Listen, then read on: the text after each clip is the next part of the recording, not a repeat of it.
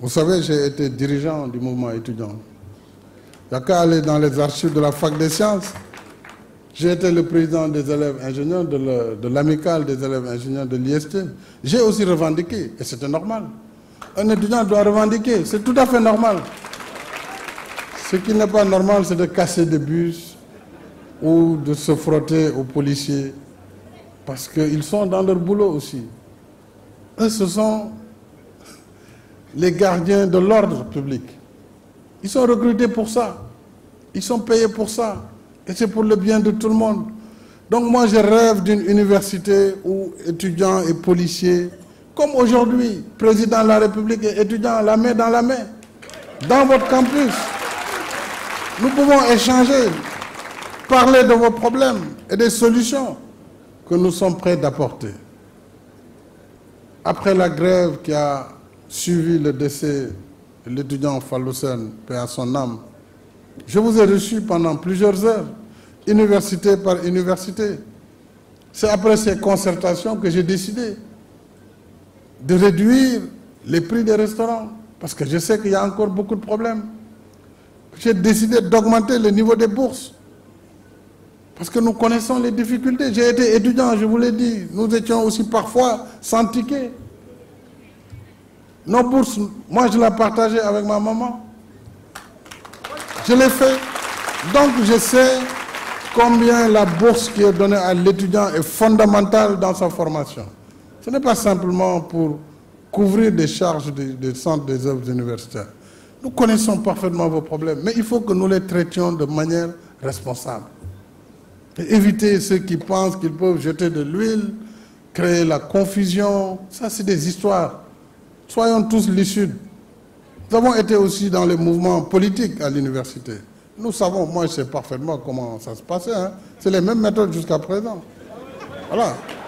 Aller prendre des mots d'ordre, c'est aussi vieux que le monde. Essayer de chauffer, n'acceptez pas, il va venir là-bas, il faut jeter les cailloux. Heureusement, il n'y a même pas de coton qui a été jeté.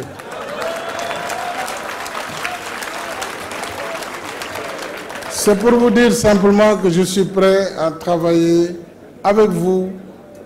Mon gouvernement est prêt à travailler avec vous, votre ministre de l'Enseignement supérieur, les autorités, les recteurs, qui sont vos autorités académiques, mais aussi les directeurs des centres des œuvres universitaires, pour justement qu'il y ait un dialogue permanent, afin de régler les problèmes, puisque des problèmes, il y en a. Le nombre d'étudiants qui arrivent par an fait qu'il est difficile de satisfaire à temps réel les demandes de logement, par exemple, les demandes dans les restaurants. De notre temps aussi, on faisait des queues pendant 1h, 1h30. Parfois, vous retourniez en cours sans déjeuner.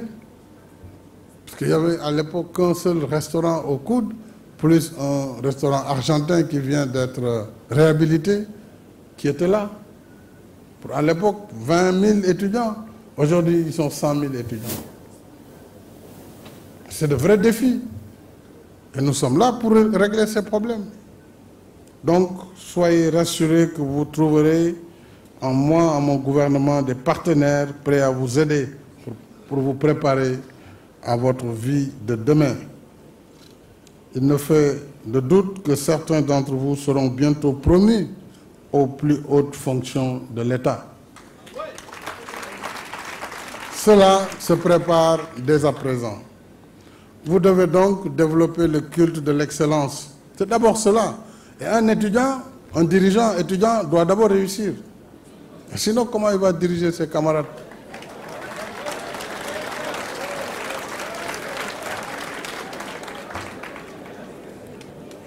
Puisque le respect du dirigeant aussi passe par ses capacités à réussir à ses examens. Et s'il vient, il échoue. Comment il peut diriger les autres étudiants? Il n'est pas un modèle. Il faut donc le culte de l'excellence avant toute chose. Le culte. Voilà, on est d'accord sur ça. Le culte de la citoyenneté et de la responsabilité. Et surtout, il faut, en veillant individuellement et collectivement, chères étudiantes et chers étudiants, à la préservation d'un environnement propice aux études, à la recherche, à l'innovation et à la créativité.